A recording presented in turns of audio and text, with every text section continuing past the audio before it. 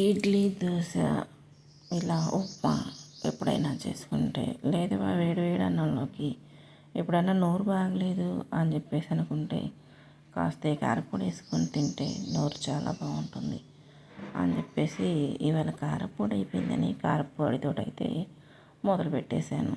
ముందుగా పొయ్యి మీద బాండి పెట్టుకొని ఒక 2 స్పూన్ల ఆయిల్ వేసుకొని 100 గ్రాములు ఎండుమిర్చి తీసుకొని ఒక పొంగు వచ్చేంత వరకు వేయించుకోవాలి దూరగా.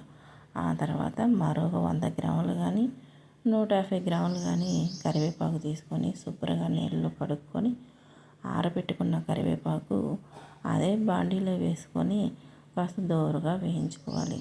ఆ కరివేపాకు మధ్యలో మనం కాస్త చింతపండు పెట్టుకోవాలి. ఆ వేడికి చింతపండు మగ్గిపోతుంది.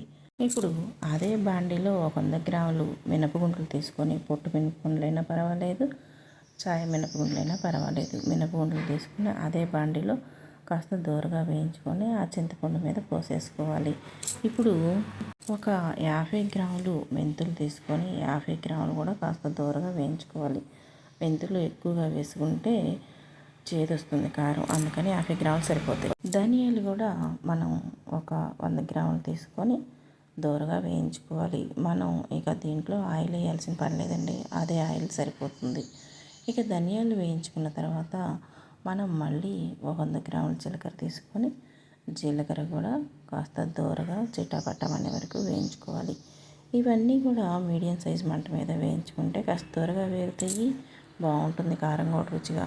ఇక జీలకర్ర కూడా వేగిపోయిన తర్వాత అది కూడా మనం ప్లేట్లో పోసేసుకొని ఆ తర్వాత ఒక 100 గ్రాముల నువ్వులు తీసుకొని నువ్వులు కూడా కాస్త ఒక మంట తగలనివ్వాలి.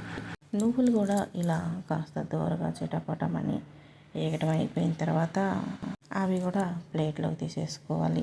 ఇప్పుడు మనం దీంట్లోకి సరిపడా ఒక 2-3 చిన్నుల్లిపాయలు, రుచికి సరిపడా గల్లుప్పు వేసుకొని శుభ్రంగా చల్లారిపోయిన తర్వాత మిక్సీ పట్టుకోవాలి. మనం మిక్సీ పట్టుకునేటప్పుడు ఆపుకుంటూ కొంచెం కొంచెంగా మిక్సీ పట్టుకోవాలి. లేదంటే ఉండలుగా వస్తుంది, పొడి పొడిగా రాదు కారం. అందుకని కాస్త కొంచెం కొంచెంగా కారం మిక్సీ పట్టుకున్నామంటే బాగా పొడి పొడిలాడుతూ ఉండలుగా లేకుండా ఉంటుంది. ఈ కారపొడి మనకి సంవత్సరం అంతా కూడా నిల్వ ఉంటుంది.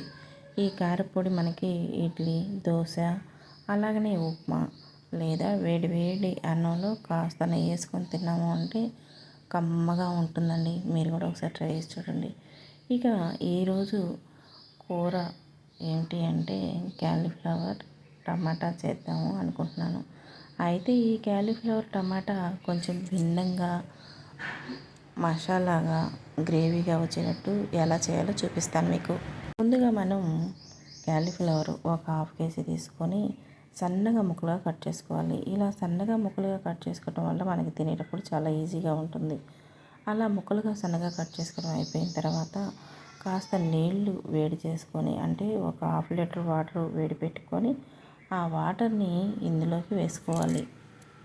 ఎందుకు వేడి నీళ్ళే వేసుకోవాలి అంటే మనం ఎక్కువ శాతం క్యాలీఫ్లవర్లో క్రిమికీటకాలు ఎక్కువగా ఉంటాయి అంటారు. అందుకని కొంచెం వేడి నీళ్ళు తీసుకొని అందులో 1 స్పూన్ సాల్ట్ వేసి ఓ చిటికెడు పసుపు వేసి ఒక 10 నిమిషాలు అలా పక్కకు వదిలేసామంటే దాంట్లో ఉన్న క్రిమికీటకాలన్నీ కూడా బయటకు వచ్చేసి శుభ్రంగా చనిపోతాయి. అంతేకాకుండా క్యాలీఫ్లవర్ కూడా బాగా తెల్లగా బాగుంటుంది. ఇక ఈలోగా మనం కర్రీకి కావాల్సిన టమాటాలు, ఉల్లిపాయలు, పచ్చిమిర్చి, క్యారెట్ ఇవన్నీ కూడా శుభ్రంగా క్లీన్ చేసుకొని కట్ చేసుకున్నాం సన్న ముక్కలుగా. ఉల్లిపాయ ముక్కలు, టమాటా ముక్కలు బాగా సన్నగా కట్ చేసుకున్నామంటే కూర గుజ్జుగా గ్రేవీగా బాగా వస్తుందన్నమాట. ఈ కూర మనకి అన్నంలో కొంచెం వేసుకున్నా కూడా అన్నం అంతా కలుస్తుంది, అంత రుచిగా ఉంటుందన్నమాట. ఒక అన్నంలోకే కాదండి, చపాతీకైనా కూడా, పరోటా, దోశ ఇలాగా మనకి దేంట్లోకైనా సరే ఈ కూర చాలా రుచిగా ఉంటుంది. ఇప్పుడు మనం టమాటాలు సన్నగా ముక్కలుగా కట్ చేసుకున్నాం కదా, టమాటాలు, ఉల్లిపాయలు ముందుగా కట్ చేసుకొని పక్కన పెట్టుకోవాలి. ఇప్పుడు పొయ్యి మీద బాండీ పెట్టేసుకొని బాండీ వేడెక్కిన తర్వాత ఒక 2 స్పూన్లు ఆయిల్ వేసి మనం కట్ చేసుకున్న ఉల్లిపాయ ముక్కలు, టమాటా ముక్కలు ఈ బాండీలో వేసుకొని కాస్త ఒక మంట తగలనిచ్చి మగ్గనివ్వాలి. ఆయిల్ పైకి వచ్చేంత వరకు కాస్త మీడియం సైజు మంట పెట్టుకొని అందులో కాస్త మగ్గనివ్వాలన్నమాట. ఇలాగా మగ్గి టమాటాలో ఉన్న వాటర్, ఉల్లిపాయల్లో ఉన్న వాటర్ అంతా బయటకు వచ్చేంత వరకు మగ్గనిచ్చుకొని మనం స్టవ్ ఆఫ్ చేసుకోవాలి.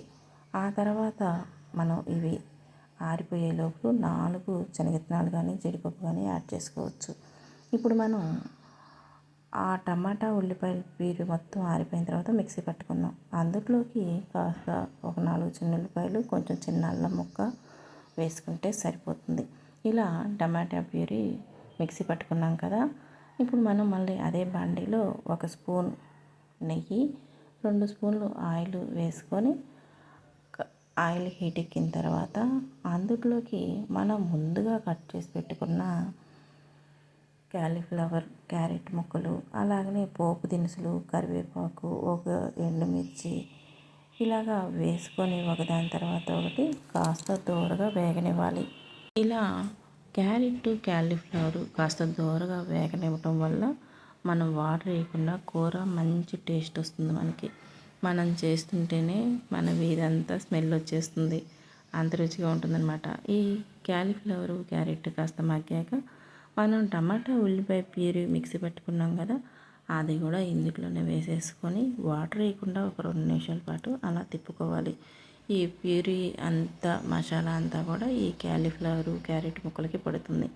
ఇక ఆ తర్వాత రుచికి సరిపడా సాల్టు, అలాగనే ఒక చిటికెడు పసుపు, మన రుచికి సరిపడా కారం వేసుకొని 2 నిమిషాలు అలా తిప్పుకున్నామంటే ఆ ముక్కల్లో ఉన్న వాటర్ అంతా కూడా బయటకు వచ్చేస్తుంది. ఆ తర్వాత 1 స్పూన్ ధనియాల పౌడరు, 1 స్పూన్ జీలకర్ర పౌడరు వేసుకొని మళ్ళీ ఒకసారి అలా తిప్పుకొని ఆ తర్వాత వచ్చేసి ఒక 2 కప్పులు వాటర్ కనుక యాడ్ చేసాము అంటే మనకి 5 నిమిషాల్లో గుమగుమలాడే క్యాలీఫ్లవర్ మసాలా కర్రీ రెడీ అయిపోయినట్లే. ఫైనల్గా మనం కొత్తిమీరతో గార్నిష్ చేసేసుకుందాం. ఈ కూర రుచి కింద చికెన్ కూర కూడా సరిపోదండి, అంత రుచిగా ఉంటుంది మనకి. ఇక ఇప్పుడు మనం క్యాలీఫ్లవర్ కూర చేసుకున్నాం కదా, రైస్లో కొంచెం ఏదైనా చట్నీ చేయాలనిపించింది. అందుకని కాస్త ఎండుమిర్చి పల్లి చట్నీ చేద్దాం అనిపించింది. అందుకని పొయ్యి మీద బాండీ పెట్టేసుకొని 4 ఎండుమిర్చి, అలాగనే ఒక 4 టమాటా, ఒక క్యారెట్ వేసుకొని కాస్త ఆయిల్ కూడా వేసేసి 2 స్పూన్లు వాటిని దూరగా వేయించడం మొదలుపెట్టాను. ఇవి కాస్త దూరగా వేగేసరికల్లా మనకి టమాటా, క్యారెట్ ముక్కలు కూడా ముందుగానే వేసుకోవటం వల్ల ఎండుమిర్చి మాడిపోకుండా ఎర్రగా అలాగే ఉంటాయి. ఒక మంట తగిలి సరికల్లానే మగ్గిపోతాయి అన్నమాట. టమాటా, క్యారెట్, ఎండుమిర్చి అంటే ఒక మంటకే తొందరగానే మగ్గిపోతాయి. ఇలాగా ఒక మంటకి మగ్గిపోగానే హై ఫ్లేమ్లో పెడితే ఒక మంటకే మగ్గిపోతాయి. కానీ మనం కాస్త మీడియం సైజు మంట మీద మగ్గపెట్టుకుంటే ముక్క మాడిపోకుండా, ఎండుమిర్చి మాడకుండా ఉంటుంది. ఎండుమిర్చి మాడిపోతే మనకి చట్నీ అంత రుచిగా ఉండదు. అందుకని కొంచెం ఎండుమిర్చి మాడకుండా కాస్త మీడియం సైజు మంట పెట్టుకొని మగ్గనిచ్చుకుందాం. ఇలా టమాటా ముక్కలు, ఎండుమిర్చి మగ్గేటప్పుడు కొంచెం చింతపండు కూడా యాడ్ చేసుకుంటే చింతపండు కూడా ఈ వేడికి మగ్గిపోతుందన్నమాట. ఇలా చింతపండు మగ్గేటప్పుడు కాస్త 4 రెమ్మలు కరివేపాకు కూడా యాడ్ చేసుకుందాం. ఈ కరివేపాకు వేసుకోవటం వల్ల పచ్చడికి మరింత టేస్ట్ వస్తుంది. కరివేపాకు అని ఊరక తీసి పడేస్తాం, కానీ కరివేపాకు వల్ల ఎన్ని ప్రయోజనాలు ఉన్నాయో. ఆ తర్వాత ఒక పిడికెడు వేయించిన పల్లీలు కూడా ఇందులోనే వేసేసుకుందాం. ఇలా వేయించిన పల్లీలు వేసుకొని ఒక్కసారి తిప్పుకున్నాము అంటే ఇక మనకి పచ్చడికి వేగిపోయడానికి సిద్ధమైపోయినట్లే. పచ్చడి మనం మిక్సీ పట్టుకున్న, రోట్లో నూరుకున్నా కానీ గుమగుమలాడుతూ చాలా రుచిగా ఉంటుంది. మనం 1 స్పూన్ జీలకర్ర, 4 వెల్లుల్లి రెమ్మలు, అలాగనే రుచికి సరిపడా సాల్ట్ కూడా దీంట్లోనే యాడ్ చేసుకున్నామంటే కాస్త చల్లగా చల్లారిపోయిన తర్వాత మనం మిక్సీ పట్టుకోవచ్చు, లేదా రోట్లో రుబ్బుకున్న వేడి వేడి అన్నంలోకి చాలా అంటే చాలా రుచిగా ఉంటుందండి ఈ పచ్చడి. ఫైనల్గా కాస్త కొత్తిమీర లేకపోతే ఎలాగా, అందుకని నేను కొత్తిమీర కూడా ఒక హాఫ్ కట్ట, సగం కట్ట వేసేసుకున్నాను, పచ్చడి మంచి రుచిగా ఉంటుంది అని. మా చిన్నప్పుడు అయితే మా అమ్మ ఈ పచ్చడిని రోట్లో నూరేది. గుమగుమలాడిపోయేది. ఇప్పుడైతే మిక్సీలో వచ్చేసి కాస్త బద్ధకం కూడా వచ్చేసింది అనుకోండి దాంతోపాటు. అందుకని మనం మిక్సీ పట్టుకుంటున్నాం. ఈ పచ్చడిని కచ్చా పచ్చగా మిక్సీ పట్టుకుంటే నోటికి కమ్మ కమ్మగా కారం కారంగా కాస్త నెయ్యి వేసుకొని తిన్నామంటే చాలా బాగుంటుంది. కచ్చా పచ్చగా మిక్సీ పట్టుకోవాలండి. మరీ మెత్తగా మిక్సీ పట్టుకున్నా కూడా బాగుండదు. మన రోటి పచ్చడి అంటేనే కొంచెం కచ్చా పచ్చగా ఉంటే బాగుంటుంది కాబట్టి నేను కచ్చా పచ్చగానే మిక్సీ పట్టుకున్నాను. చూడండి కలర్ఫుల్గా ఎంత బాగుందో చట్నీ. చూస్తేనే నోట్లో నీళ్ళు ఊరిపోతున్నాయి. ఎన్ని కూరలున్నా ఒక్క ముద్దలో చట్నీ వేసుకొని తింటే ఆ రుచే వేరబ్బా అనిపిస్తుంది.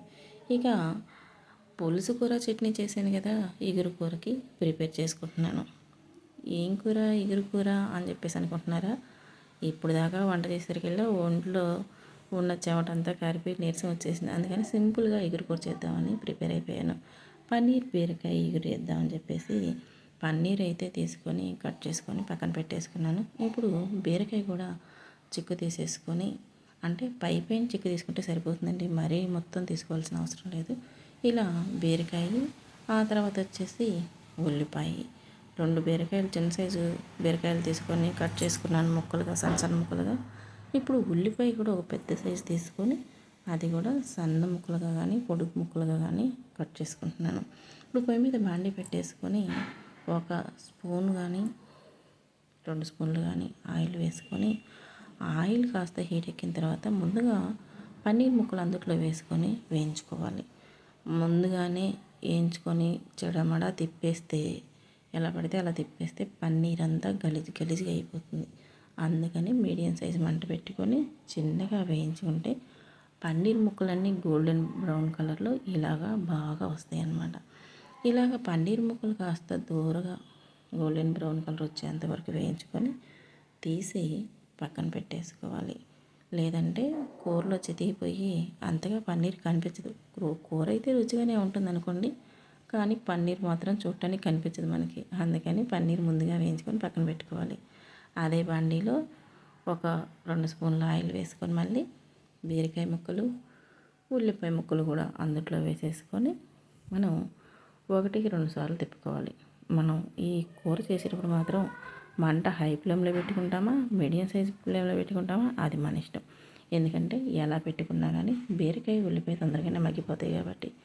అవి మగ్గేటప్పుడే రుచికి సరిపడా సాల్ట్, ఆ తర్వాత వచ్చేసి ఒక చిటికెడు పసుపు వేసుకొని కాస్త బీరకాయ ముక్కలు మగ్గనిచ్చుకున్నాము అంటే అందులోని పన్నీర్ ముక్కలు కూడా వేసుకొని ఒక్క 2 నిమిషాలు మూత పెట్టి మగ్గనివ్వాలి. ఇలా మగ్గటం అయిపోయిన తర్వాత సింపుల్గా ఒక 2 స్పూన్లు వెల్లుల్లి కారం వేసుకున్నాము అంటే పన్నీర్ బీరకాయ ఇగురు మనకు రెడీ అయిపోయినట్లే.